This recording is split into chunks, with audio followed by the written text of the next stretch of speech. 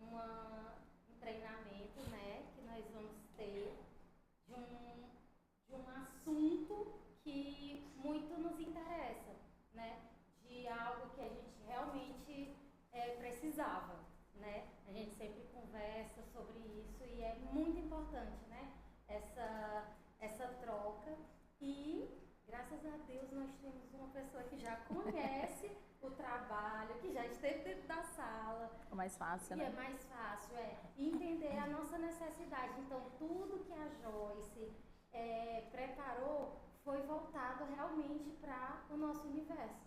Então, aproveitem bastante.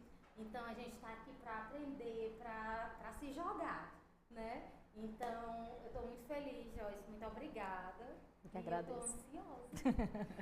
Demais, sabe? Todo mundo um pouco ansioso. Muito obrigada. Muito obrigada. Bom dia, gente. Para quem não me conhece, que são poucos, né? Eu acho que eu só não te conheço pessoalmente. Eu sou Joyce, eu sou terapeuta ocupacional e eu trabalho com crianças. Essa demanda da Mônica veio e me pegou um pouco de surpresa, mas também por conhecer, né, o universo. Já estou há 6 anos trabalhando nesse universo infantil, atendo crianças com autismo, com paralisia cerebral, algumas com TDAH, e eu preparei tudo para compartilhar com vocês realmente no intuito de... eu não gosto muito nem da palavra ensinar, eu não vou ensinar vocês não.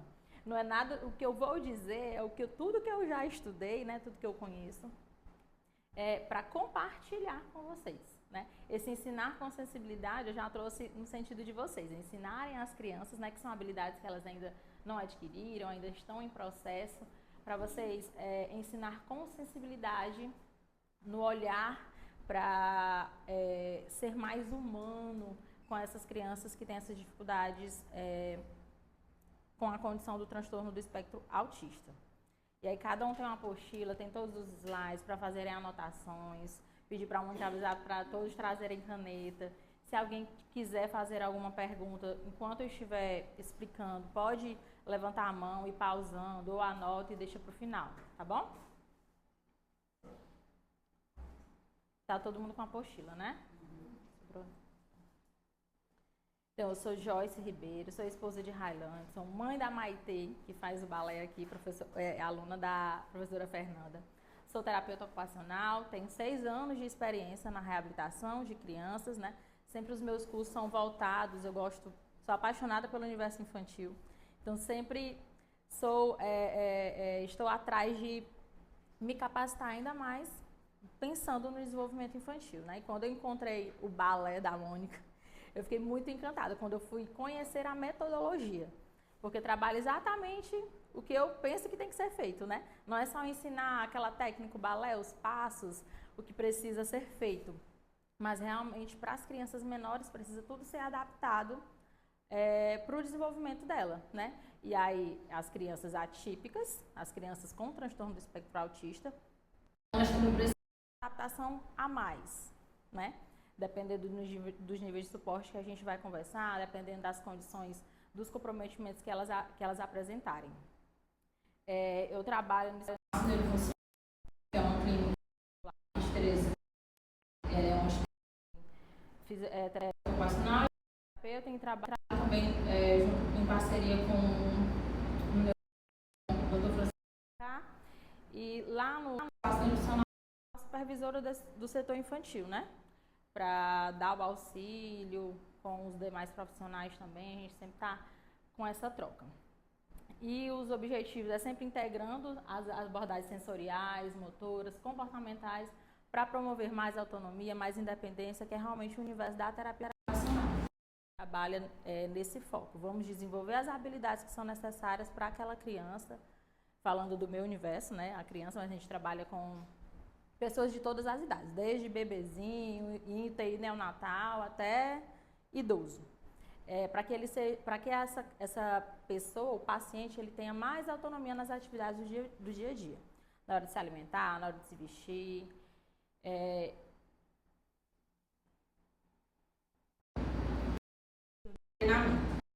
Como o próprio nome fala, ensinar com sensibilidade. Então, o objetivo desse treinamento é exatamente sensibilizar e preparar vocês, os profissionais do estúdio de dança Mônica Araújo, para compreender como essas crianças com transtorno do espectro autista, como que elas percebem o mundo, como que elas sentem o mundo, para fortalecer as práticas de acolhimento e inclusão. Para que vocês, tendo essa compreensão, essa sensibilidade, vocês possam criar as estratégias de vocês, respeitando cada particularidade de cada criança. As particularidades sensoriais, emocionais, motoras, para que elas tenham mais aprendizado dentro do balé, de acordo com as técnicas de vocês também. O primeiro passo é o acolhimento. E o que é esse acolhimento? O acolhimento é eu entender aquela criança, eu receber como ela é. Então, eu entendo ela, eu percebo ela, que ela tem dificuldades, por exemplo, com música alta, tem uma música específica que ela não gosta, que é mais aguda ou que é mais grave. Ela tem dificuldade no contato visual, ela anda entre as crianças como se elas não estivessem ali, né? Então, ela não tem muito esse filtro visual, ela não para durante uma tarefa. E a inclusão, eu tenho esse olhar, eu acolho aquela criança dentro do estúdio, acolho ela, acolho a família, a professora acolhe ela dentro da sala de aulas, auxiliares, mas eu preciso entender, acolhendo ela, compreendendo as particularidades dela, eu vou adaptar as minhas tarefas para incluir, né? Então, o acolhimento, quando a criança é recebida como ela é, respeita as suas diferenças, as suas necessidades, suas formas de expressar. Envolve escuta, empatia, segurança emocional e ausência de julgamentos. Isso eu acho bem importante. E a inclusão vai além de aceitar a presença da criança. O que eu, como TO, que trabalho muito com as famílias, que a gente percebe são escolas, eu digo isso, escolas de ensino, né? As escolas de ensino, elas recebem as crianças, mas elas não adaptam o plano de ensino para aquela criança. Então, elas não estão incluindo. Porque elas só receberam, só estão ali matriculadas para dizer que tem, praticamente isso. Mas elas não estão incluindo, elas não conseguem acolher. Então, não existe inclusão verdadeira sem o acolhimento. É um dependente do outro. Quando o professor acolhe a criança, ele respeita seu tempo, suas sensações e sua forma de aprender. Então, ele cria condições necessárias para incluir ela de forma real nas aulas. E aí favorece todo o desenvolvimento dela. Acolher é compreender e incluir é adaptar para que todos participem. Né? Mais uma vez, o acolhimento é quando eu compreendo a criança, as suas particularidades. E incluir é quando eu adapto a minha aula, o meu estúdio, as minhas técnicas, a minha forma de falar, o volume da minha música que eu coloquei para tocar, os passos das músicas, os passos da coreografia, para que ela consiga fazer. Isso é o verdadeiro conceito de inclusão. E o que é o espectro autista? São infinitas formas de ser, como vocês veem nessa imagem. Várias alunas no estúdio de balé e cada uma com suas particularidades. Uma está enfileirando sapatilhas, a outra está no mundo dela ali desenhando, pintando, a outra está mais isolada, tem uma que precisa mais do suporte, que está segurando nas mãos da professora, tem uns mais isoladas, tem uma que consegue ainda em pé fazer um passo, uma coreografia, mas ela está usando um abafador de ruídos, né? Então, o espectro, o que significa essa palavra? O autismo ele não é uma linha reta. São múltiplas alterações. Né? Então, ele não é... Nem todo autista é igual. Dentro dos níveis de suporte 1, 2 e 3. Nem todos os autistas de nível 1 são iguais, nem todos os autistas de nível 2 são iguais, nem todos os autistas de nível 3 são iguais. Então, o espectro é exatamente isso. São essas múltiplas alterações que podem acontecer. São infinitas formas de ser, que é o que a gente vai explorar mais à frente, conhecendo cada um. O que é o transtorno do espectro autista? É uma condição. É importante eu frisar e vocês entenderem isso. não é uma doença, não é uma patologia, não é uma deficiência, é uma condição, esse termo, né? Porque a gente está num mundo que vem evoluindo muito em estudos e vocês precisam entender isso, que é uma condição que a criança tem do neurodesenvolvimento, que compreende múltiplas alterações, que foi o que eu falei anteriormente. Exatamente por isso o nome transtorno do espectro autista, porque ele tem múltiplas alterações, em que a criança percebe, sente e se comunica de forma diferente. Então, a forma que a criança com autismo escuta uma música, se ela tiver a sensibilidade, né? Eu estou dando exemplos aqui, mas nem todas vão ter as mesmas características. É a forma que ela escuta uma música, brilha, brilha, estrelinha, por exemplo. Pode ser diferente de uma forma do que uma criança, do que outra criança com autismo também percebe, a forma que ela sente. E o que pode afetar?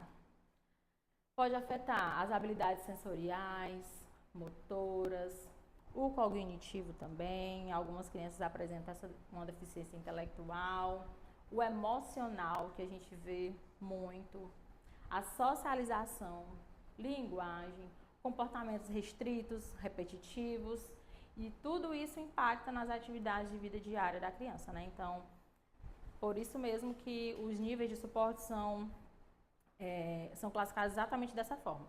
Pelo que o transtorno do espectro autista afeta, o que ele afeta, e os níveis de suporte vêm para dar esse norte. Quanto que os níveis do autismo vêm, para saber quanto de suporte cada criança precisa. Antigamente, era chamado de leve, moderado e severo. Isso ficou para trás, né? Hoje, na nova classificação, nível 1, nível 2 e nível 3. E essa classificação, ela vai exatamente do nível 1, que antigamente era mais leve, vou usar a palavra aqui só para entendimento, né? É o nível mais leve, e o nível 3 é o mais grave, é o mais severo, onde a criança tem mais comprometimentos. Mas,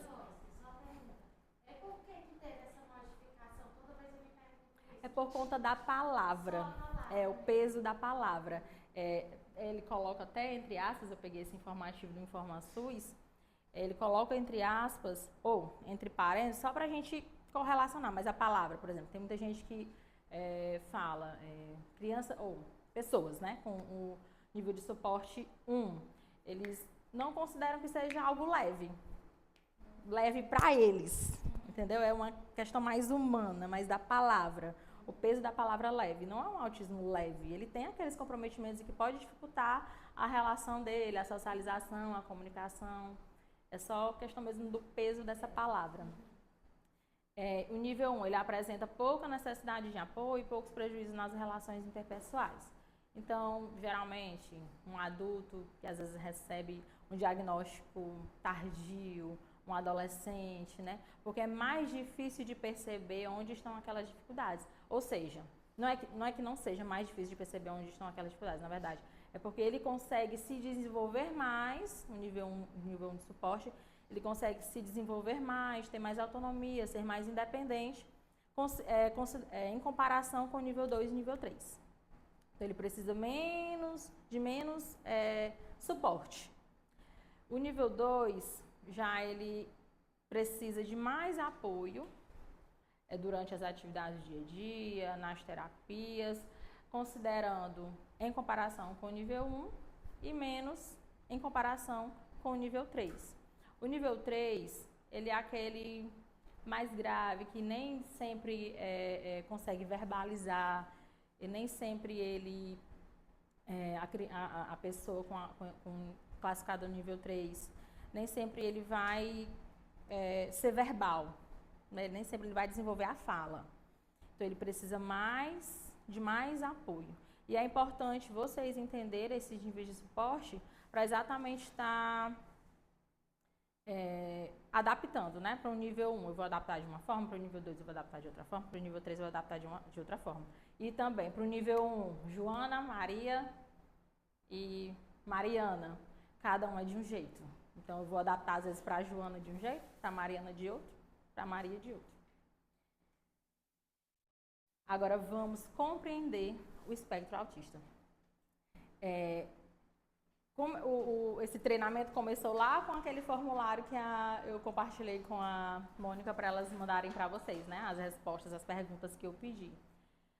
Para que eu conseguisse personalizar ainda mais esse treinamento. E antes de a gente saber o que fazer, a gente precisa saber como que acontece. Porque, como eu falei, é uma condição do neurodesenvolvimento. Tudo acontece no cérebro da criança, tudo no sistema nervoso central. Então, eu preciso entender, eu preciso compreender onde é que está ali a dificuldade para eu conseguir saber intervir. Então, vão ter esses slides seguidos agora, são bastante conteudistas de neurologia mesmo, desse conhecimento dentro dessa área. Porque vocês precisam compreender por que a fulana tem essa sensibilidade. Então, tem uma parte ali do cérebro que tem essa que é responsável por receber aquelas informações e aí ela não processa de forma adequada e por isso ela tem aquela dificuldade X. Só interrompendo aqui. Não, pode falar. É muito importante esse conteúdo, né, em relação à parte neurológica mesmo, porque, como sempre, a gente conversa. A gente não pode só chegar e ensinar uma mulher, né? A gente precisa entender todo o universo, até mesmo familiar, para a gente conseguir trabalhar com a criança, né? E vocês sabem o quanto é diferente quando a gente realmente entende a criança, quando a gente conhece a criança. Então, vai desde o Arthur, que está ali na porta ali, abrindo, recebendo as crianças, a todo mundo, sabe? Então, principalmente quem está dentro da sala, tia Dalva, que está ali fora, a gente precisa ter esse olhar, essa sensibilidade ao olhar para a criança, né? Porque nem sempre o pai, ele fica atento a isso, né? Ainda tem esse detalhe, que a gente está ali observando e às vezes o pai, não, ela é assim mesmo, ela é assim. E aí acontece. Eu pensei muito nisso também, de trazer essa parte conteudista, porque eu primeiro comecei o curso montando de acordo com as dificuldades que vocês tinham, né? Não, eu quero aprender a manejar ali um comportamento, uma crise, mas vocês precisam entender por que acontece essa crise. E eu achei interessante a Mônica englobar todo mundo, né? Desde a recepção, desde a portaria, até quem está dentro da sala de balé. Porque às vezes uma crise sensorial, uma sobrecarga sensorial da criança, ela às vezes não acontece dentro da sala, ela acontece lá na recepção. Então a gente precisa ter esse olhar sem julgamento, de entendimento daquela criança, o que está acontecendo para eu conseguir acolher.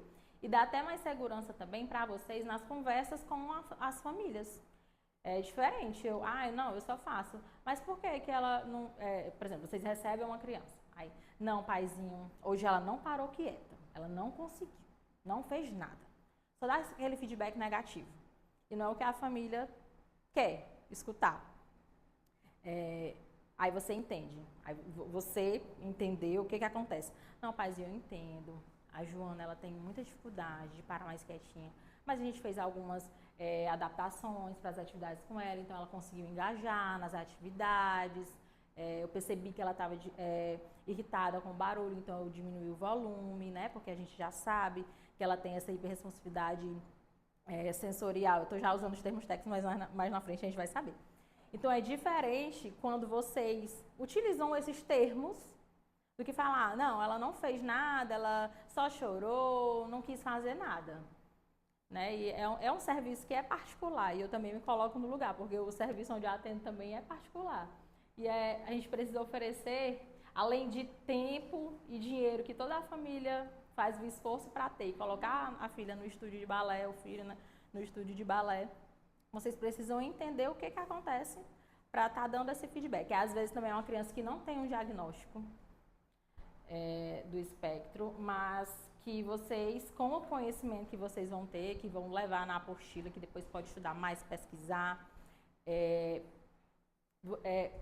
pode até alertar a família, como já aconteceu, né, em alguns momentos. E aí não ficar essa responsabilidade de olhar só o da Mônica, que ela estuda, né, pedagoga, formam vocês.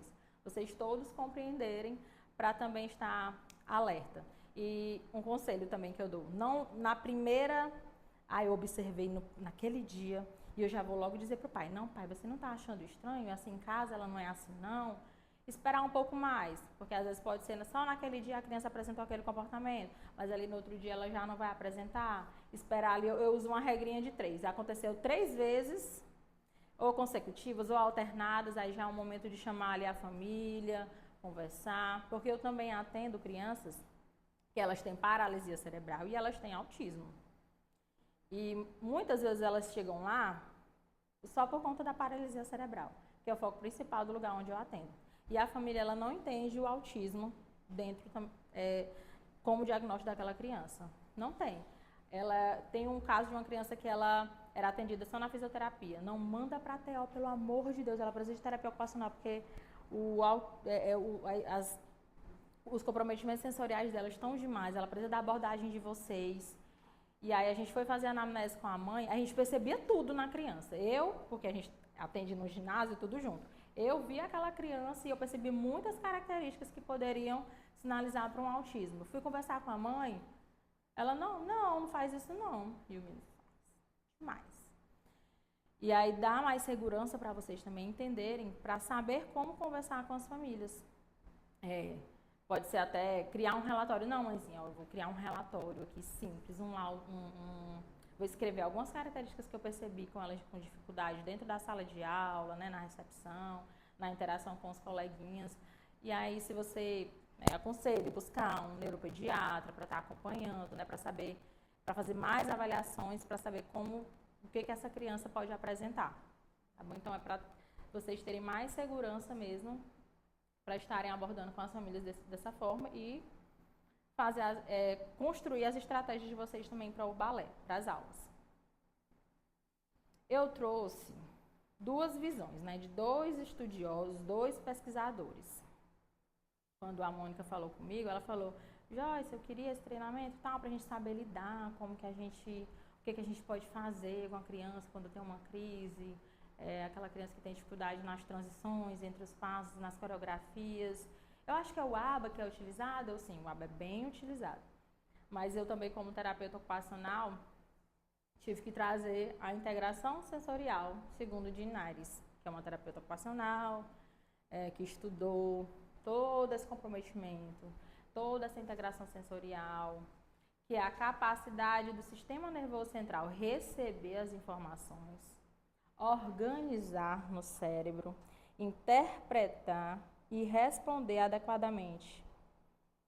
Por exemplo, quando a gente falar aqui do tato, né, o sistema tático, que é a nossa pele. Quando a gente pega numa panela quente, parece que a gente nem pensa, né? Rápido a gente tira.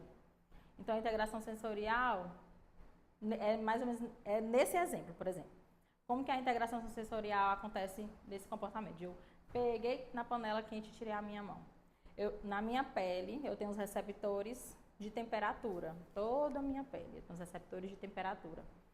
Da temperatura quente, não está comprometido, né? Minha sensibilidade não está comprometida. Eu peguei aqui na panela quente, recebi, a gente não para e pensa, meu Deus, está quente, deixa eu tirar minha mão. Não, é rápido, né? Senão vai queimar, vai segundo, terceiro grau de queimadura.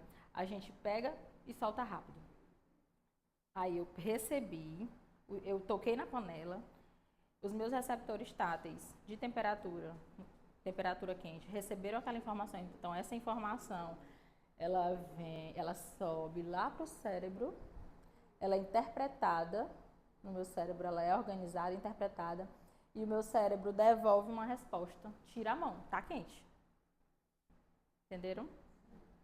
Então, da mesma forma, acontece com as crianças com as disfunções de integração sensorial. Aliás, acontece com todo mundo, né? A integração sensorial existe em todo mundo, em cada ser humano.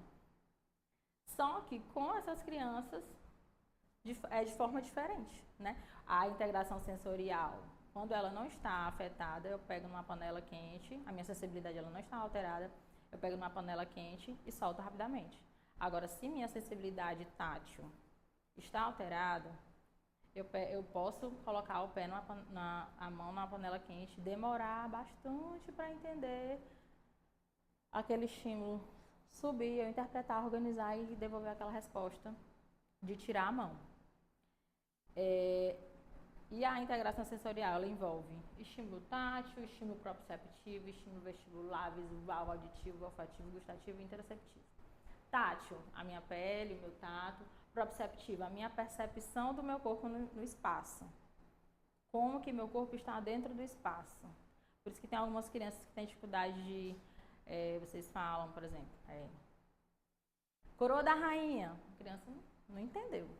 Às vezes pode ser questão auditiva, ou pode ser uma questão visual, porque ela não está nem te olhando, ela tem muitos estímulos visuais das crianças ali correndo, a outra criança chorando, a música tocando, você falando, auxiliar, pegando a outra menina para não bater a cabeça no espelho.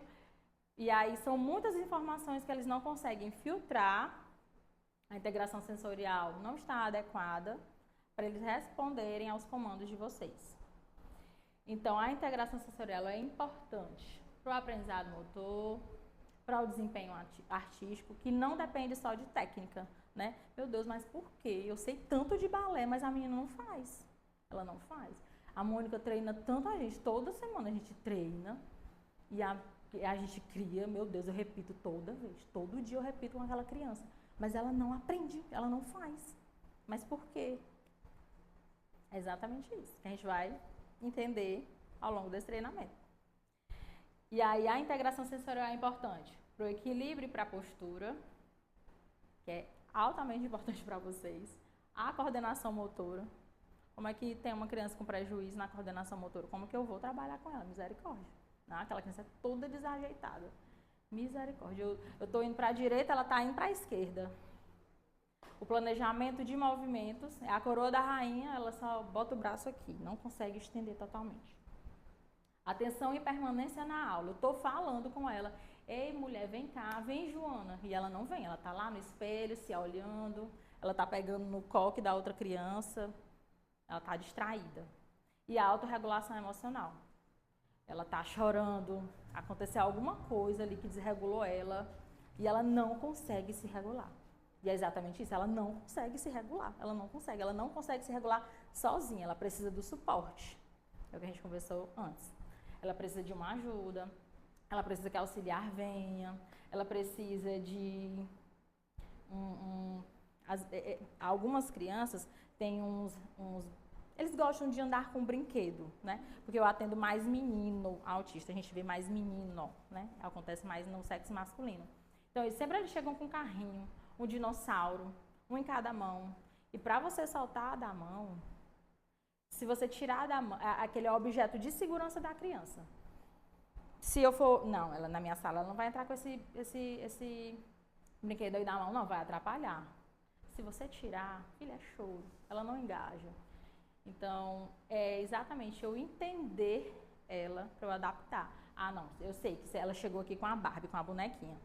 Se eu tomar aquela Barbie, aquela bonequinha dela, ela vai se acabar de chorar, porque ela é um objeto de segurança para ela. Então, eu já entendendo isso, que não é comportamento, não é teimosia, não é má criação, eu consigo adaptar. Então, vamos entrar. E se ela conseguir soltar durante a aula, se for o objetivo de vocês também, né? Tudo bem. Se não, ela vai fazer tudo com a bonequinha na mão. E não tem problema nenhum. Solta um pouquinho, faz uma coroa da rainha, pega de novo. Tem até estratégias que a gente já faz, que é colocar a boneca na frente para assistir ou agir. E aí para tentar tirar da mão da criança. Mas são coisas que a gente vai vendo e vai colocando. E às vezes funciona, às vezes não funciona. Exatamente. Às vezes funciona para uma criança atípica, que tem que, aliás, para uma criança típica, porque também tem crianças típicas que tem, né? Esse objeto que sempre gosta de carregar. E aí, às vezes, a gente consegue, né? É diferente.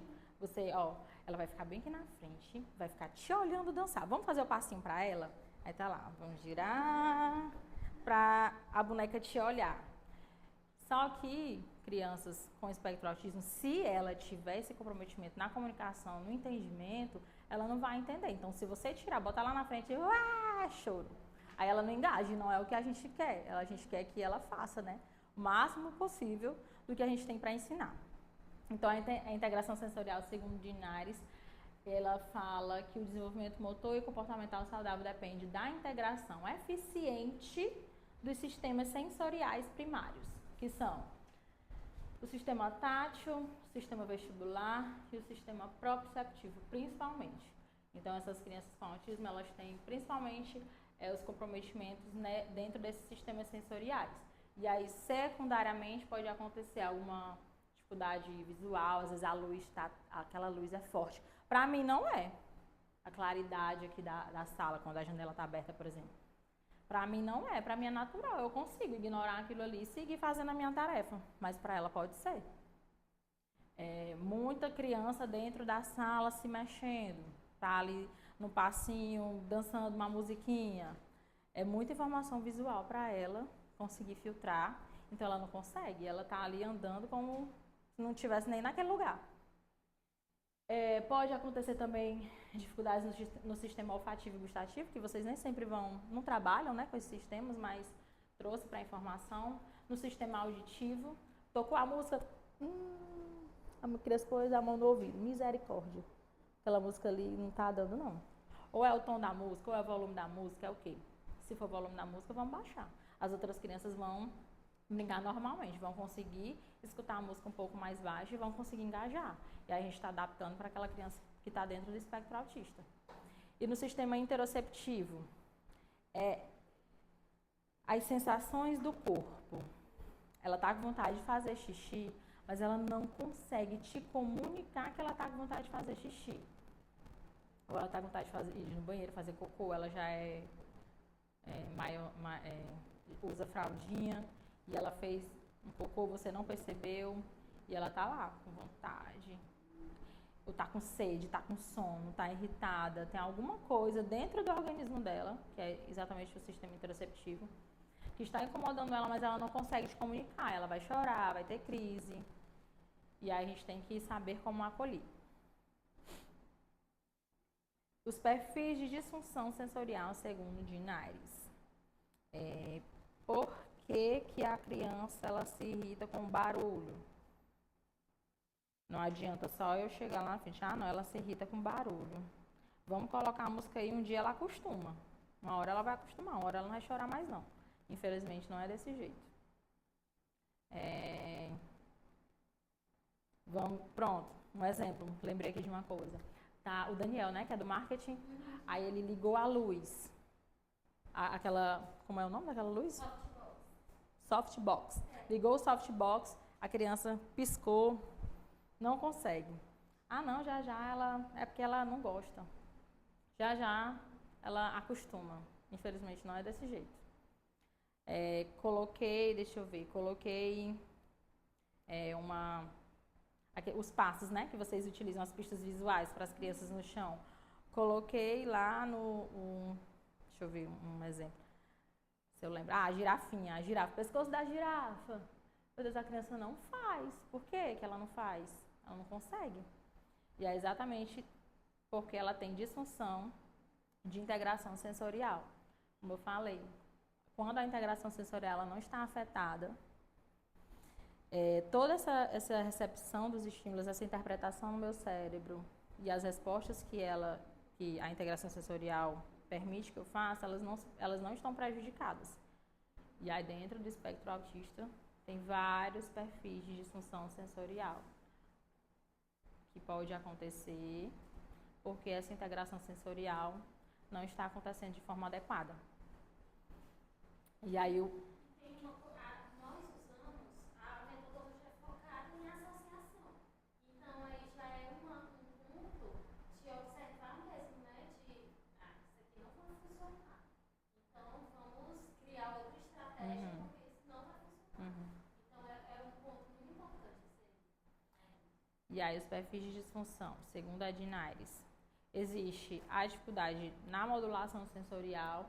Então, é uma criança que ela não consegue regular a intensidade. Por exemplo, o volume, né? Um volume mais baixo tem uma intensidade, um volume mais alto tem uma intensidade. Às vezes, você coloca uma musiquinha, lá no volume 20. A criança ela não tem um adaptador de ruídos. É uma coisa também que vocês podem perceber. ela tem dificuldade. Vou conversar com a mãe. Olha, mãezinha, eu percebo, toda vez que a gente coloca uma música no volume mais alto, ela põe a mão no ouvido, ela faz um acompanhamento com uma equipe multidisciplinar. Já conversaram alguma vez sobre usar um dispositivo que é o abafador de ruídos, que ela consegue utilizar, abafa aquele ruído que é mais incômodo para ela e ela consegue participar. A gente vê muito ultimamente nos estádios, não sei se vocês já viram na internet, crianças com autismo que vão para um estádio assistir o jogo daquele time que ele ama de paixão, mas que só assiste na televisão, porque é o ambiente controlado em casa. Aí no estádio, meu Deus, como é que eu vou fazer? Tem um abafador de ruídos.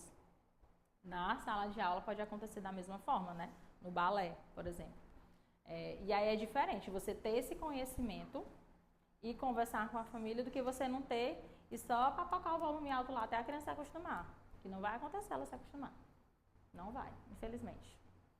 Porque ela precisa lá da equipe multidisciplinar, terapia ocupacional, para trabalhar aquela disfunção que ela tem, para conseguir modular aquele estímulo de forma correta.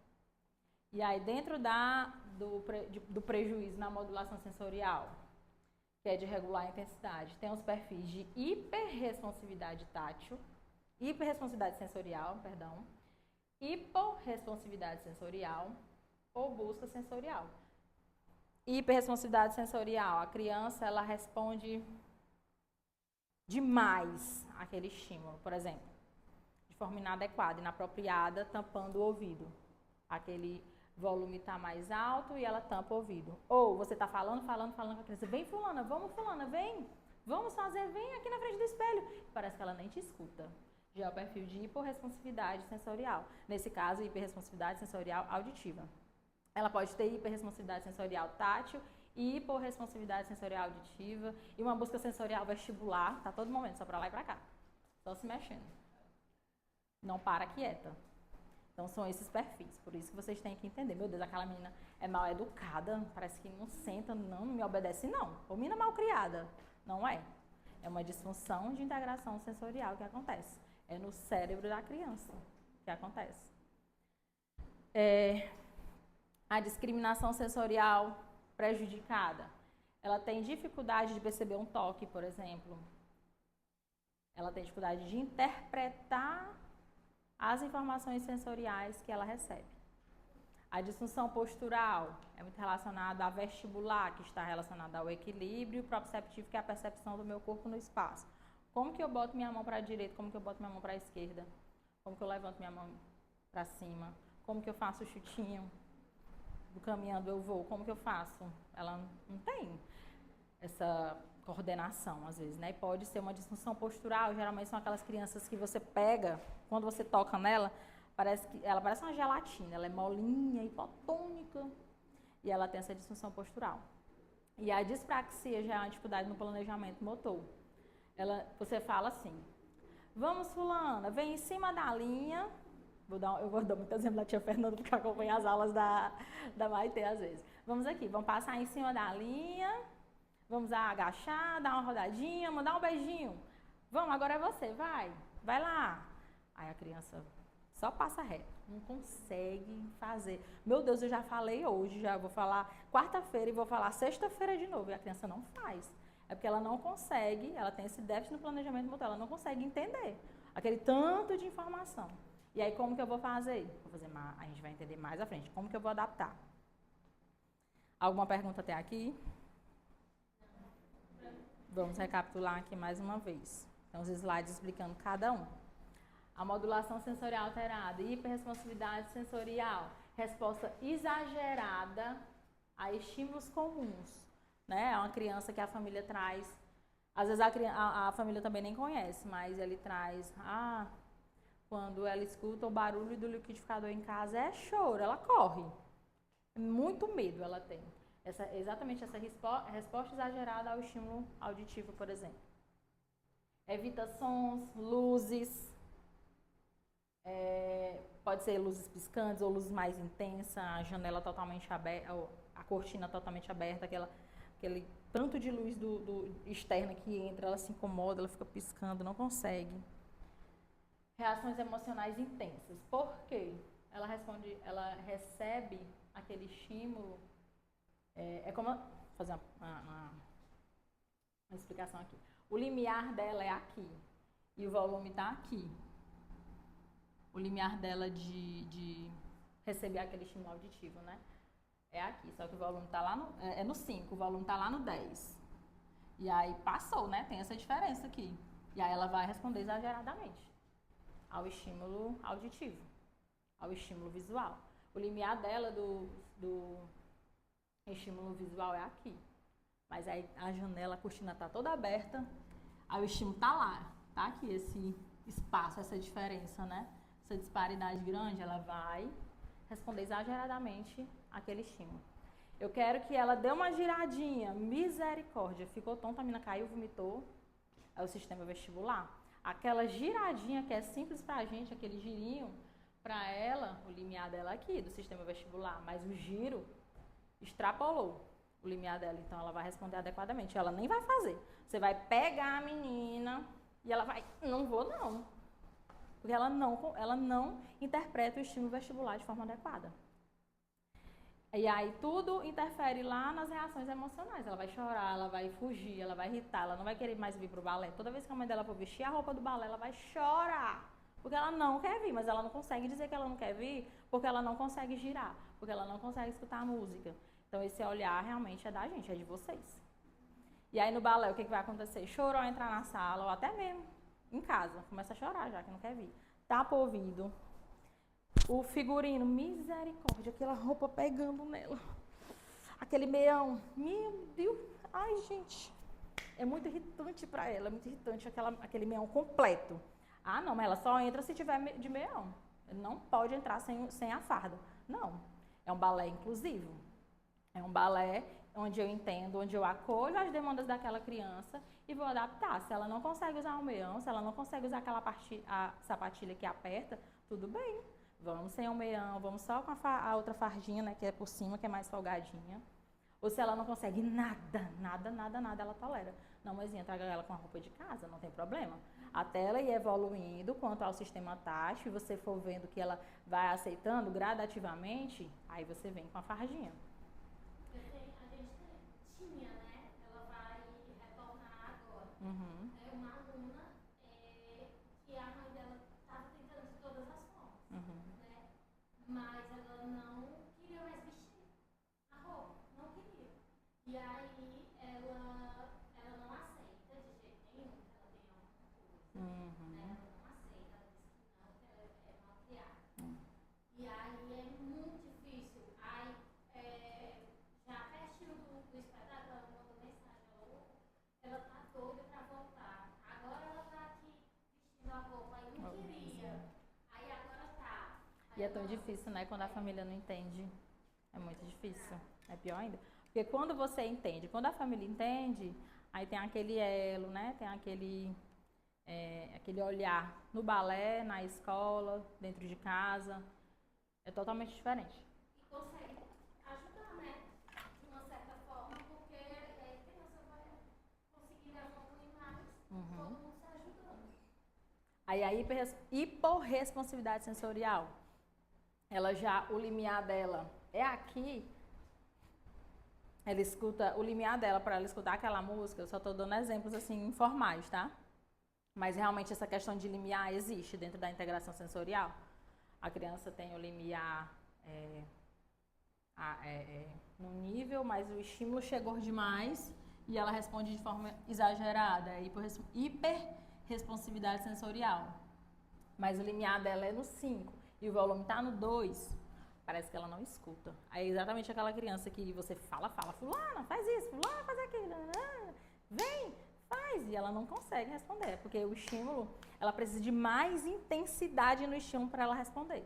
Às vezes ela precisa mesmo que você se agache, porque como as crianças são menorzinhas, às vezes a gente se abaixa, olha no olho, segura na mão, vamos fazer a coroa da rainha, levantou, e ela faz junto com você. Parece desligada, pouco reativa. É exatamente ela, não entende, não está entendendo o que você está fazendo.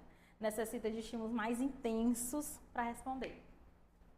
No balé, não acompanha o ritmo, dificuldade de iniciar movimentos, postura mole, desorganizada, que ela não consegue acompanhar, ela precisa de mais intensidade. Às vezes você dá só um toquezinho aqui. Vamos lá, eu vou com você. Eu toco assim na criança. Só que ela é hiporresponsiva tátil, ela não tá nem percebendo aquele toque ali, você parece que tá empurrando a criança. Não, pega na mão, vamos levar junto. Ela precisa de mais uma pressãozinha no braço para ela conseguir entender aquele estímulo e te acompanhar. A busca sensorial é aquela criança que não para quieta. Sai da roda frequentemente, corre pela sala, dificuldade em sustentar a posição. Ela procura estímulos intensos, constantes, tá ali, quer correr, quer se movimentar, E aí, Joyce, o que a gente vai fazer, meu Deus do céu? Aquela criança não para quieta. E no meu balé, eu começo lá com alongamento, e a menina não para fazer o alongamento. E agora? Movimento excessivo, dificuldade em permanecer parada. Não para quieta. Porque ela tá todo o tempo ali buscando. Ou ela pode ser hiporresponsiva também, porque ela precisa de estímulo mais intenso, então ela vai correr para tentar se organizar e permanecer naquele balé. É a professora falando, é a música tocando, é menino chorando, é menino gritando, é menino batendo no chão, é o espelho, é a luz. E aí é minha mãe que tá lá fora. Nossa, eu tô toda desregulada. Eu vou começar a chorar. E aí chora, explode. E aí ela começa a gritar, a correr, que é para eu me organizar. Por isso que tem as estereotipias. As estereotipias, elas são exatamente para as crianças se organizarem. A criança bate palma, pula muito, ou gira, fica lá girando no meio da sala de vocês. Gira, porque ela está buscando aquele estímulo intenso para ela se organizar e permanecer parada ali naquela coreografia, ali naquele passo. Entenderam? Discriminação sensorial prejudicada. Até dei já exemplo lá atrás. Dificuldade em ajustar a força, movimentos imprecisos, problemas de coordenação. No balé, o que pode acontecer? Não percebe a posição do corpo. Vamos abrir a janelinha. Não sabe nem o que é isso. A menina não sabe, não. Dificuldade em copiar movimento. Você está lá fazendo passo junto com ela não acompanha, não dá. Erro frequente de direção e postura. Vamos para a direita, vamos para a esquerda. Não sabe, não consegue. Disfunção postural, já a criança mais mole, hipotônica, tem dificuldade de se equilibrar, cai no chão demais. Ela prefere o passinho que é no chão, de abrir a janelinha, como é isso aqui que vocês fazem? A borboletinha é super... Ai, nossa, ela engaja demais. Mas, Joyce, na hora que eu vou fazer um circuitozinho com ela, que é para trabalhar o equilíbrio, ela chora, ela não consegue, ela cai, se desequilibra demais. É por conta da disfunção postural, talvez seja por conta da hiperresponsividade vestibular, porque o sistema vestibular é relacionado ao equilíbrio, pode ser por isso. Então, e também são várias possibilidades, né? Eu estou trazendo aqui para vocês o que acontece, mas são várias possibilidades. Como eu falei, o autismo não é uma linha reta. Cada criança é de um jeito. Ela é super inteligente, sabe o nome de todos os planetas, ele sabe todos os dinossauros, mas ele não consegue entender o passo que eu estou falando para ela aqui. Como é que ninguém nunca ensinou o nome dos dinossauros para ela. E ela consegue, e ela sabe de tudo, tem aquele hiperfoco, mas ela não sabe o que é um pescoço de uma girafa. Gente, é muito difícil. Por que isso acontece? É uma disfunção de integração sensorial, que é a base do desenvolvimento. A base do desenvolvimento são esses sistemas sensoriais, que desde a vida intrauterina, desde o bebê na barriga da mãe, ele desenvolve esses sistemas. Ele se movimenta lá dentro, então, o movimento aqui bati. Por exemplo, uma criança que tem a discriminação sensorial prejudicada, ela pode andar e esbarra muito, né? Não consegue perceber que eu estou aqui batendo aqui na criança. Eu ando aqui, topei. Então, acontece bastante, muito mesmo.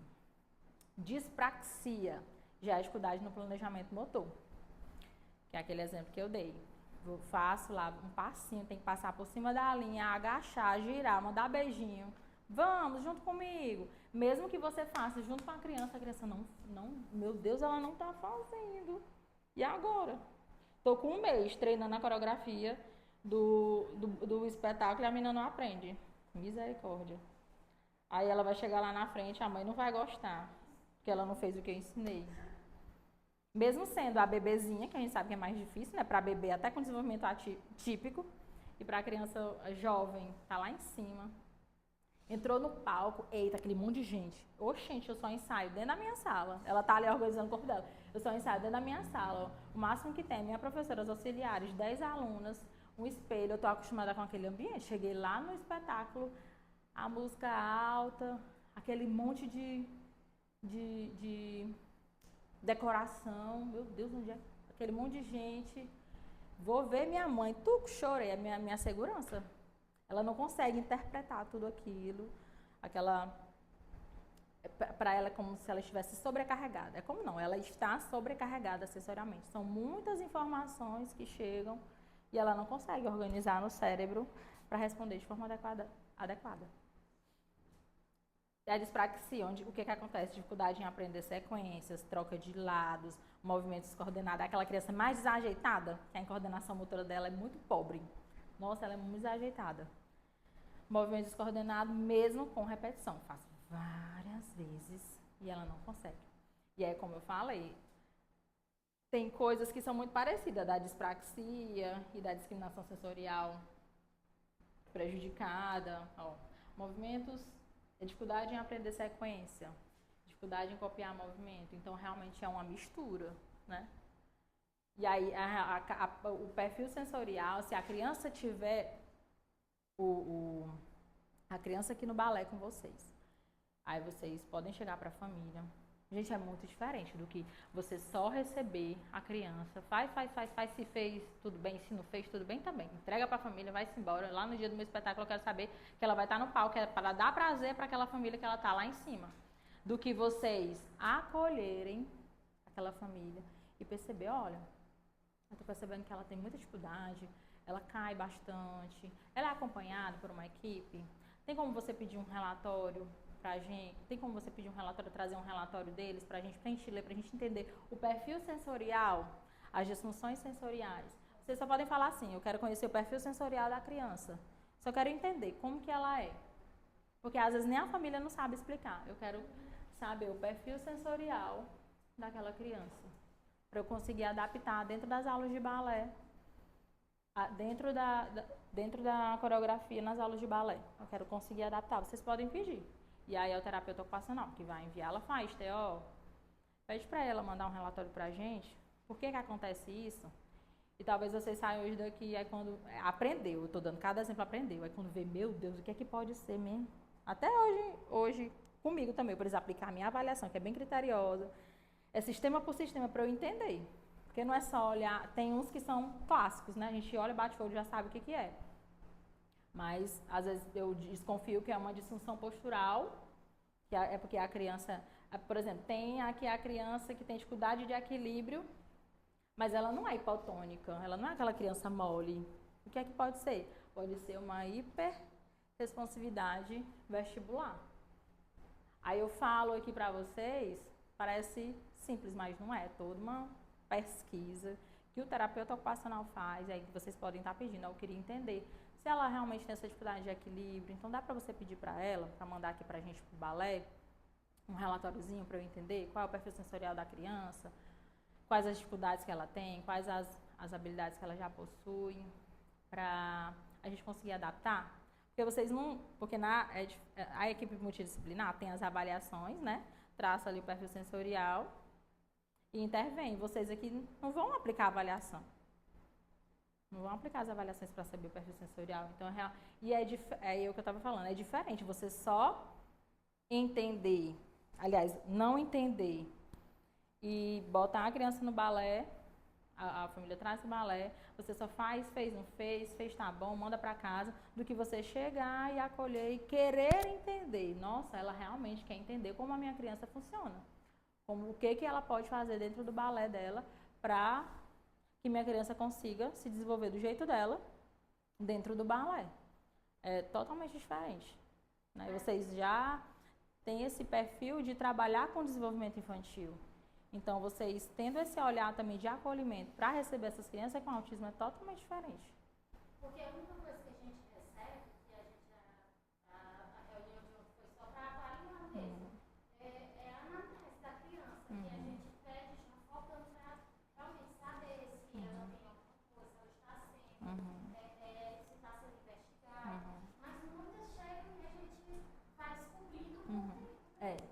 Tem crianças que vão chegar aqui, aí, por exemplo, se inscreveu esse ano, 2026 vai começar aqui uma criança já, ela é novata. Vai começar, ela tem um diagnóstico do autismo, foi o neuro que pediu para trazer ela para o balé, para trabalhar a coordenação motora, o equilíbrio. E aí vocês também fazem parte de toda essa equipe para desenvolver, né? Vocês também são desse ciclo multidisciplinar. Vocês estão ali para capacitar ela dentro do balé, mas como vocês trabalham com desenvolvimento infantil, vocês também estão ali naquele ciclo dos contextos onde a criança está inserida. E aí vocês, então ela tem, pode até, Mônica, na anamnese mesmo, por exemplo, ela tem algum diagnóstico, aí eu acho que no formulários em Google tem como adicionar PowerPoint, o arquivo. Adicione aqui um laudo, adicione aqui um relatório multidisciplinar, o laudo do neuropediatra, que aí vocês já vão receber, a criança já vão saber. Porque eu lembro quando a Maite entrou, eu recebi essa anamnese. Só que ela, como ela não tem nenhum diagnóstico... a gente ainda fez uma modificação nela. Pronto. Já dá para adicionar ainda. Já adiciona. Sua criança tem algum diagnóstico? Aí no próximo, se sim, insira aqui os arquivos, aí bota entre parênteses, laudo médico, relatório, terapeuta ocupacional, fisioterapeuta e terapeutas da equipe multidisciplinar. Insira assim, para eles, quando vocês forem ler, interpretar na anamnese, já está lá o relatório, aí vocês já entendem. Se tiver o relatório do TO, aí vai estar lá bem detalhado. Nos relatórios a gente coloca bem explicado, né, para a linguagem ficar mais acessível, porque o conteúdo aqui está sendo mais técnico. E aí, a Mônica me trouxe a sugestão de a criança com 1 ano no desenvolvimento típico, o que a gente espera, que toda a família quer que a criança com 1 ano faça. Caminhe, não é a expectativa? A criança com 1 ano, ela tem que caminhar. Eita, no aniversário dela de 1 ano, ela vai ter que estar caminhando. Bora treinar, bora treinar, bora treinar, bora treinar, bora treinar. E aí, como é que acontece com o desenvolvimento atípico? Eu trouxe algumas divisões, alguns sinais sensoriais que servem de alerta, mas pode ser que de 1 ano a 1 ano e 6 meses, ela nem apresente isso daí, apresente só lá com 3 anos. Ou um sinal lá de 3 anos, ela apresente com 1 ano, de 1 ano a 1 ano e 6 meses. Porque é o que eu falei, ele não é uma linha reta. São essas múltiplas alterações e que podem variar. Eu trouxe alguns itens para vocês observarem, mas isso pode variar, não é algo fixo, não é dessa forma, tá bom? Choro ao sentar no chão, porque é aquela criança mais mole, ela só quer ficar no colo, encostadinha aqui em mim, ela só fica assim, o dia todinho no colo da mãe em casa. Eu boto ela no chão para fazer o alongamento, para ela tentar engatinhar, e ela não vai. Porque ela tem muita fraqueza, ela não consegue perceber o corpo dela naquela posição. Qual a musculatura que ela tem que ativar para se manter naquela postura, sentada no chão. Rigidez ou moleza excessiva no corpo. Moleza, a criança mais hipotônica, né? Mole. E rigidez, eita, já é movimento, tá duro, movimento muito rígido. Evita rolar, engatinhar ou mudar de posição. Criança de 1 ano já rola, já engatinha, já faz essas trocas posturais, já tá ali sentadinha, se apoia no negócio para ficar em pé. Meu Deus, mas ela não gosta, ela não tolera. Porque ela pode ser hiperresponsiva naquele perfil lá de disfunção, em relação ao sistema vestibular. Ela pode ser hiperresponsiva vestibular. Eu estou aqui, eu estou me movimentando. Né? Então, o sistema vestibular, ele fica aqui no ouvido interno. Então, eu movimento a minha cabeça, já ativo o meu sistema vestibular, já está aqui sendo estimulado. E aí a criança, imagina essas trocas posturais todinhas, de engatinhar, tudo que envolve movimento, ela tá evitando, ela está se incomodando, ela chora, ela se irrita, ou porque ela tem fraqueza, porque ela tem uma disfunção postural, ou porque ela é hiperresponsiva vestibular, ou é tudo junto. Estou trazendo as possibilidades, mas pode acontecer de diferentes formas. É realmente um universo. Eu estava conversando aqui, tu falando aí, a gente já consegue visualizar, né? Algumas crianças. Eu olhei aqui pra ti, porque é muito nítido. Uhum. A gente percebe que tem, na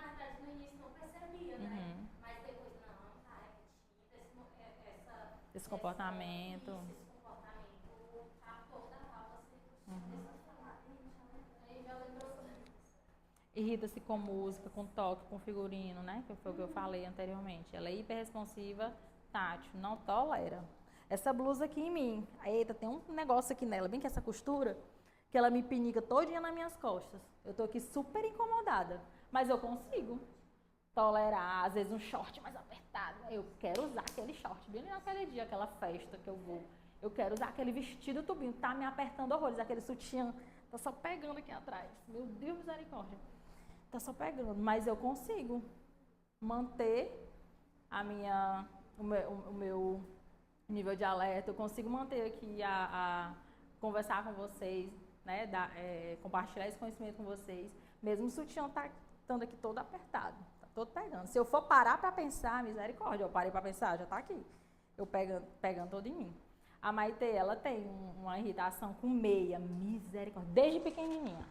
Desde pequenininha, a Maitê não usava meia. Eu botava meia, ela mesmo tirava. E eu, meu Deus, como é que uma bebê tira uma meia? Não. Aí eu, meu Deus, eu vou botar ela no balé. Usar aquele meião, vai ser babado. Aí eu, não, já sei. Eu vou comprar lá mesmo, no dia da aula, e vou aproveitar as meninas tudo fardadinha, vou criar aquele contexto. Olha, a menina tá de farda, vamos botar todo mundo junto. Foi desse jeito. Fui lá pra brinquedoteca, mostrei todas as crianças fardadas. E eu, vamos colocar a tua também de bailarina princesa, que ela gosta de princesa. Aí pronto, eu criei aquele contexto e ela foi aceitando. Mas não é assim para uma criança que tem um desenvolvimento atípico, essas alterações sensoriais. Não é só mostrar, ela não aguenta. É dor, realmente, é dor que ela sente. É dor.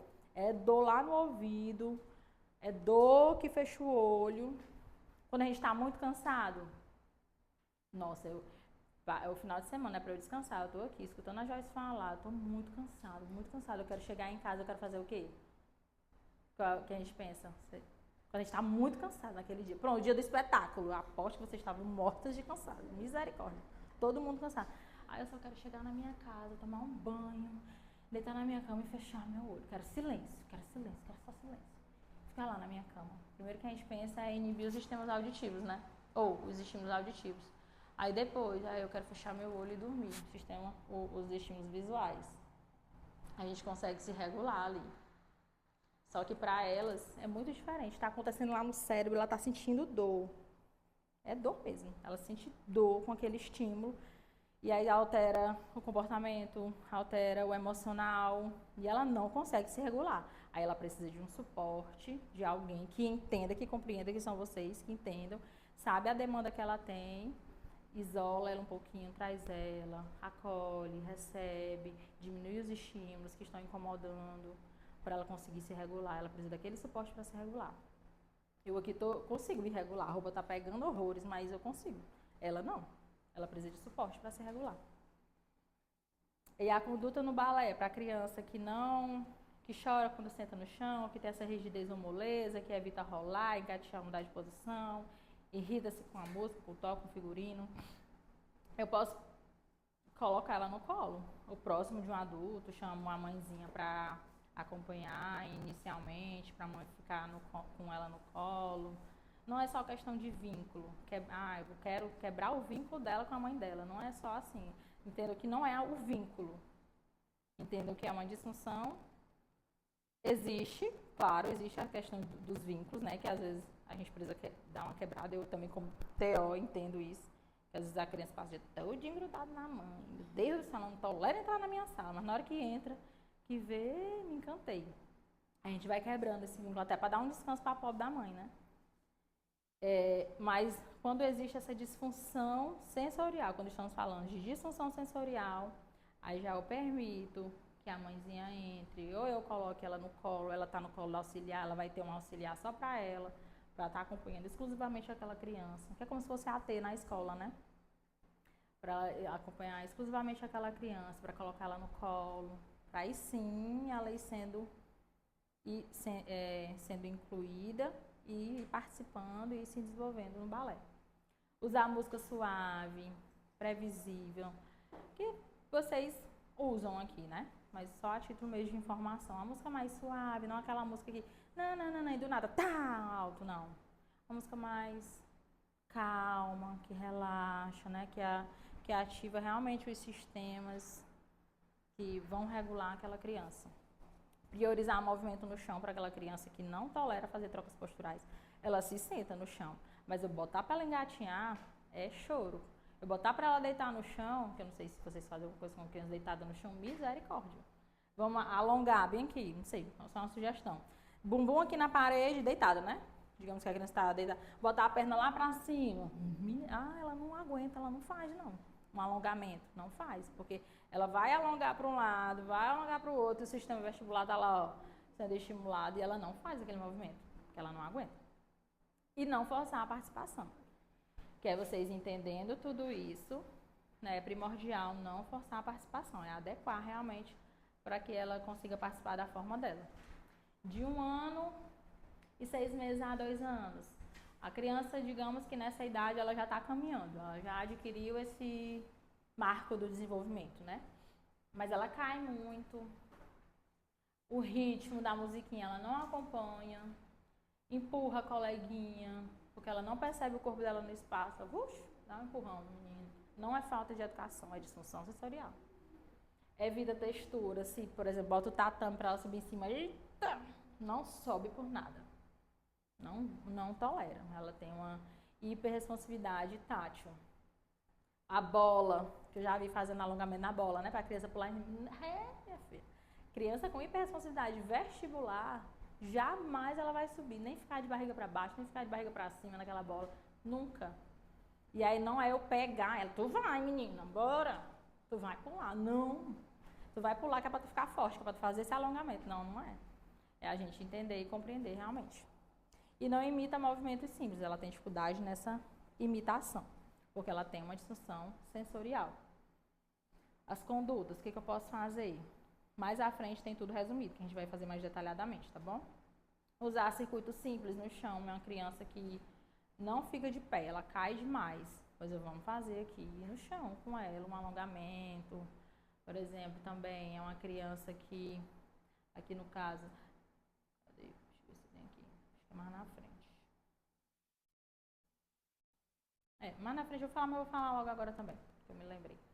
Por exemplo, tem aquela criança que acontece muito comigo também lá na clínica. Porque o atendimento, o meu atendimento também na clínica é todo estruturado, né? Digamos assim, tudo estruturado, assim como a aula de balé de vocês também. Tem o início, tem o meio e tem o fim, né? Assim, não é gradual. Aí eu percebo que a minha criança, enquanto eu tô lá no chão com ela, fazendo a borboletinha, os alongamentos, abrindo a janelinha, eu percebo que ela consegue fazer. Mas chega uma hora, quando vai tocar as musiquinhas, ela não tolera, mãezinha. E é a segunda etapa da minha aula de balé. Primeiro eu faço o alongamento, depois eu toco a musiquinha para ela fazer. Ela não faz, ela não engaja, ela se irrita, aí tem que sair da sala, tem que chamar a mãe, ela não consegue se regular. Então vamos adaptar para aquela criança. Vamos fazer primeiro o alongamento no chão, vamos fazer tudo que é ali no chão, que é o que ela consegue fazer. Eu posso liberar ela, vocês conversam anteriormente com a família, olha, ela tem essas dificuldades, a gente percebe que ela é assim, no final ela não engaja, ela não gosta dos movimentos. Então a gente pode fazer o seguinte, a gente pode adaptar a aula do balé para ela. Ela faz 20, 30 minutos, que é o que eu preciso ensinar naquele dia. A minha prioridade naquele dia ali é ensinar abrir a janelinha, a coroa da rainha, não precisa ser em pé, pode ser sentado. Ali naquele balé, naquele dia eu tenho que ensinar aquele passo para ela. Mas ela, eu tenho essa preparação, porque assim, né, a gente vai preparando a criança para chegar lá no passo, mas nessa preparação, que é sentado, ela faz, mas o passo é em pé e ela não faz. Então vamos adaptar, vamos fazer no chão, do jeito que dá. Ou às vezes é um plié, é isso aqui, né? Que é em pé, ela não faz. Então vamos ensinar outras formas para ela, outras habilidades para ela. Posso liberar ela 30 minutinhos antes, porque eu também tenho que trabalhar com as outras crianças. Minha aula é de 1 hora, mas eu percebo que sua criança só engaja até 30 minutos. Então vamos adaptar para ela. Ela faz 30, 40 minutos, eu libero ela. E aí a gente vai evoluindo gradativamente para ela não chorar, porque também não adianta você querer só que ela mantenha, que é aquilo ali, não forçar a participação. Você querer que não, ela tem que cumprir 1 hora. A mãe tá pagando para ela ter 1 hora de balé, porque que eu não vou fazer? Ah, a mãe vai dizer que eu sou irresponsável, que eu não quero ensinar para ela. Não. É você entender, conversar com a família e dizer, ela não está engajando. Quando passa de 30 a 40 minutos, ela não está engajando. Então a gente vai adaptar para ela, o balé para ela, e a gente vai evoluindo gradativamente, para a gente não forçar, para a gente não frustrar, para ela não se desregular sensorialmente, para ela que não haja uma sobrecarga, para que não tenha crises. E que ela realmente se sinta incluída e acolhida e ela aprenda o que for para aprender. Eu já fiz essa parte aqui. Usar circuito simples no chão. Repetir o mesmo movimento várias vezes, mas mesmo assim, tem aquela criança que você repete, mas não faz. Por exemplo, tem as pistas visuais que vocês colocam no chão. Eu preciso ensinar para aquela criança, gente, essa semana a gente precisa ensinar para a criança a fazer 7 exercícios lá, 7 passos. É o pescoço da girafa, é o sapinho. Como é que o sapinho faz? Pula, né? Vocês fazem essa associação. É o outro, a borboletinha. É a coroa da rainha, é o potinho de mel, é a barriga do rei. Então, eu tenho que ensinar aqueles 7 passos. Vocês vão fazer uma por uma, vão lá, façam os passos. Aí tem aquela criança. Chegou no primeiro, ela fez. Chegou no segundo, ela fez. Chegou no terceiro, ela fez. Chegou no quarto, ela se perdeu. Mas eu preciso ensinar 7. Hoje é 7 que eu tenho que ensinar para ela. E aí? Ela não vai fazer o restante? Vamos estratificar. Vamos ensinar 3, que é o que ela consegue. Aí depois a gente faz outra coisa, toca uma musiquinha, faz um alongamento no chão. Depois ensina os outros 3. Os outros 4 que faltam, né? Ou ela vai de 2 em 2. Precisa ensinar 6. Vai 2. E aí é todo mundo. Todas as alunas, não é só ela, né? Ela não vai fazer só o diferente sozinha. Faz 2 passinhos. Pronto, meninos, agora vamos ali, vamos na bola, alguma coisa. Misturou. É estratificar, é alternar. Ou é aquela criança que não para quieta, que está se movimentando direto. Ela tem essa busca, mas eu quero que ela precisa sentar para fazer o alongamento, Joyce. Como é que ela vai fazer o alongamento correndo? Não dá. Então, permita que ela corra para ela se organizar, porque ela está se organizando. Vamos fazer, então, o caminhando eu vou, que ela vai se movimentando e vai girando. E aí, depois eu sento. Eita, mas aí ela só tolera 3 minutos sentada. Pois faz 3 minutos sentada e depois faz outra atividade de movimento, de equilíbrio. Usar pistas visuais, cores, marcas no chão, que vocês já usam, né? Para dar para que ela consiga olhar, correlacionar e fazer o movimento. Ou a marca é onde você tem que ficar. Porque, ó, fica bem aqui. Ela tá aqui. Aí depois ela tá lá, tá entre as amigas, tá brincando. Aí você usa a pista visual para ela ficar. Aí vocês entendem que vocês já usam. Exatamente para ela entender onde ela precisa ficar. Porque não adianta você botar só assim, por exemplo. Olha, fica bem aqui, atrás da fulana.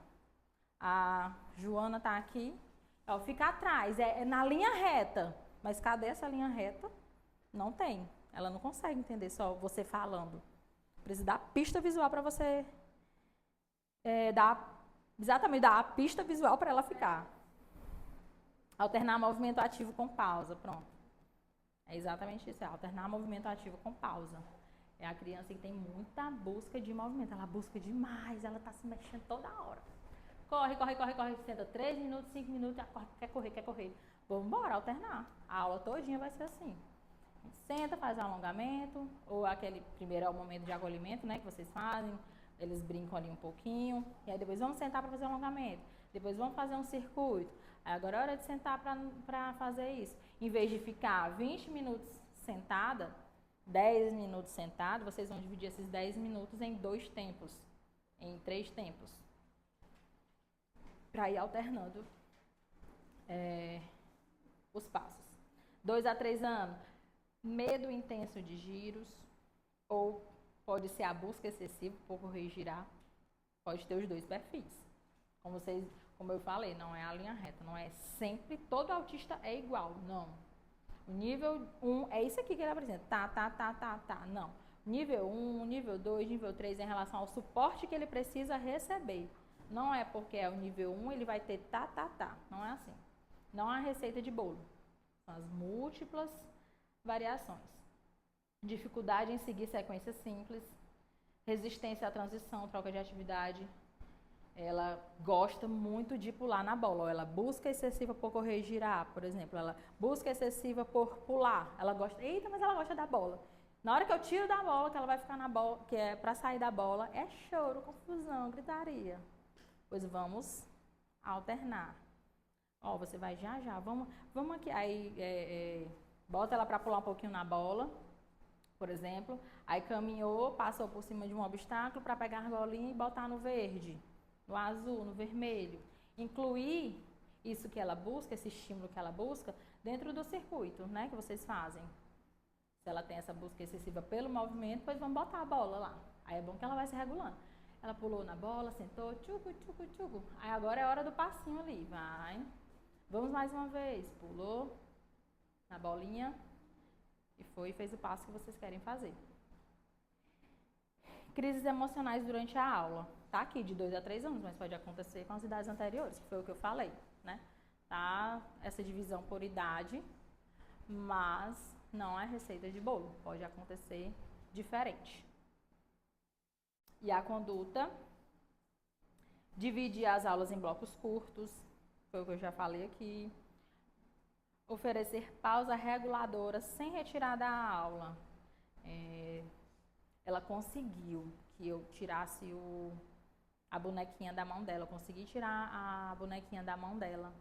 Mas ela já tá querendo, tá chorando. Pois vamos lá, vamos pausar um pouquinho. Ela não consegue manter na aula durante aquela música, mas eu sei que depois que eu desligar essa música, ela vai engajar no restante da aula. Então dá essa pausa para ela se regular, para ela parar um pouquinho. Ou se for no momento de estar parado, a pausa não é necessariamente pausar, ficar parado, né? Não é isso. É a pausa reguladora. Depende do movimento que aquela criança, do estímulo que aquela criança precisa para se regular. Se é parar, vou dar a pausa reguladora para ela parar, descansar e depois ela volta. Se for movimento, vou pausar para ela se regular, correndo, pulando, girando, para depois voltar. A pausa reguladora pode ser eu pular na bola. Nossa, ela está muito irritada durante esse alongamento. Aqui na barra eu estou tentando fazer o movimento com ela, mas ela não faz. A pausa reguladora é ela pular na bola, pois bota bem ali, na bola.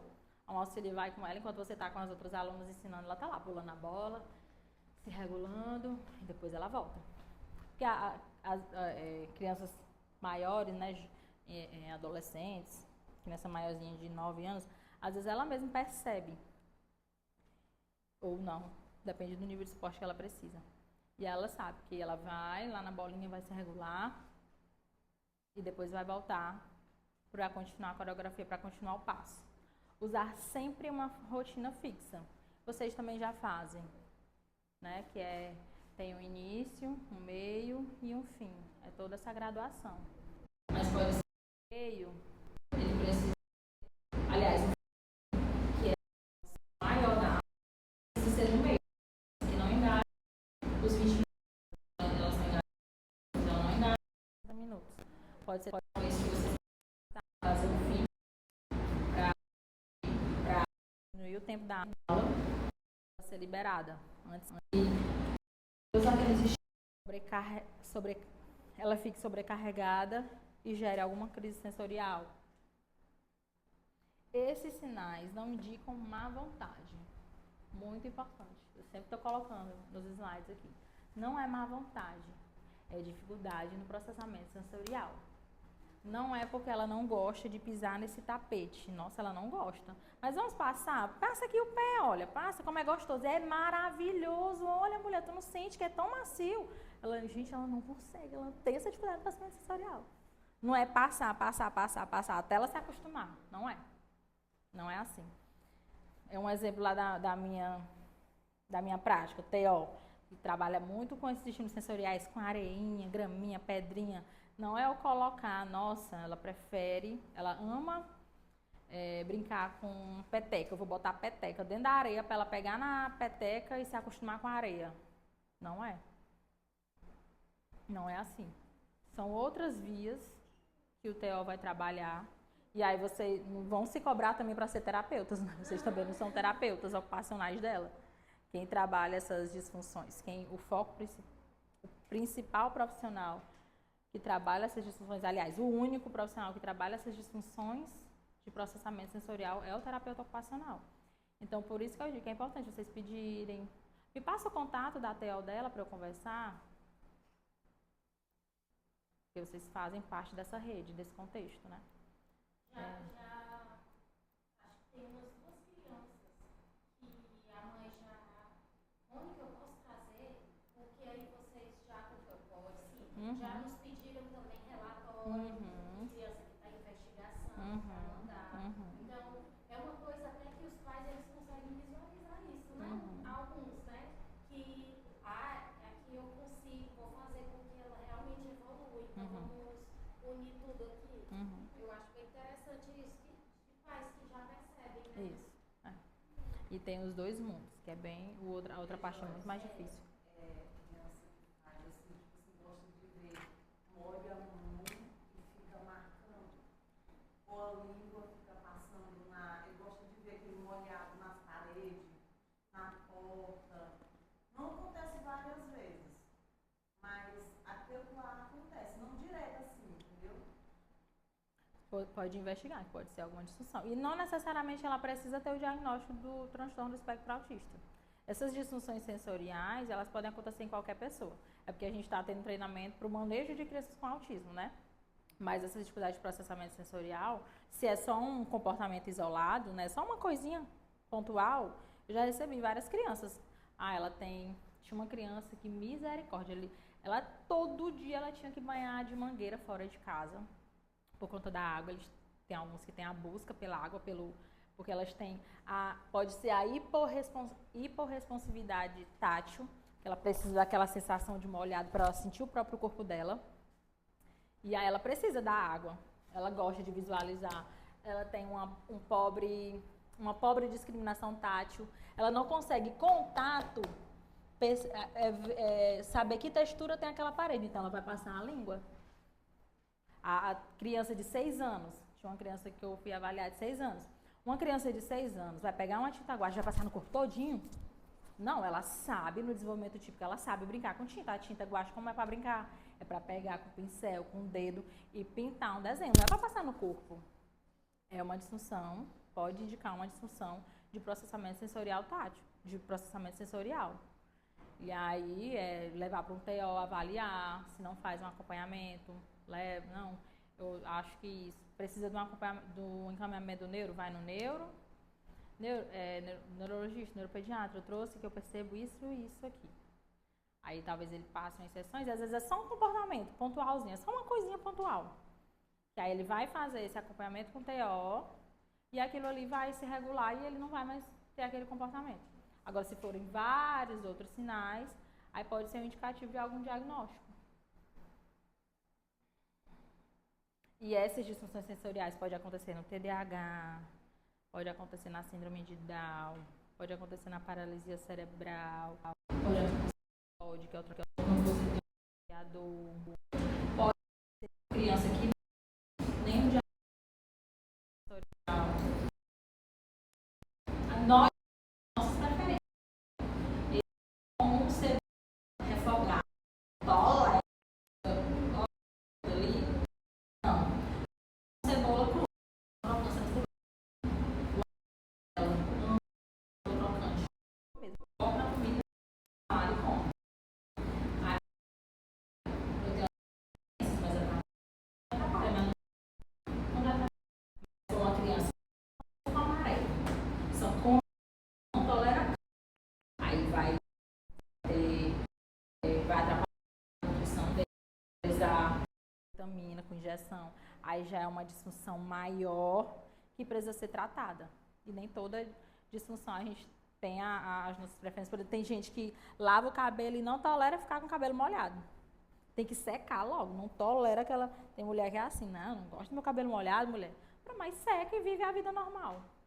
Mas para essas crianças com autismo, acontece assim num círculo bem grandão, várias disfunções.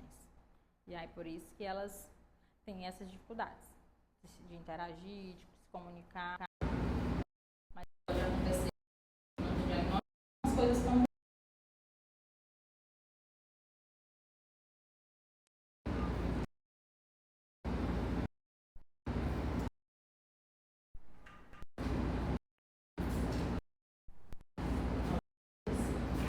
tudo bem até aqui?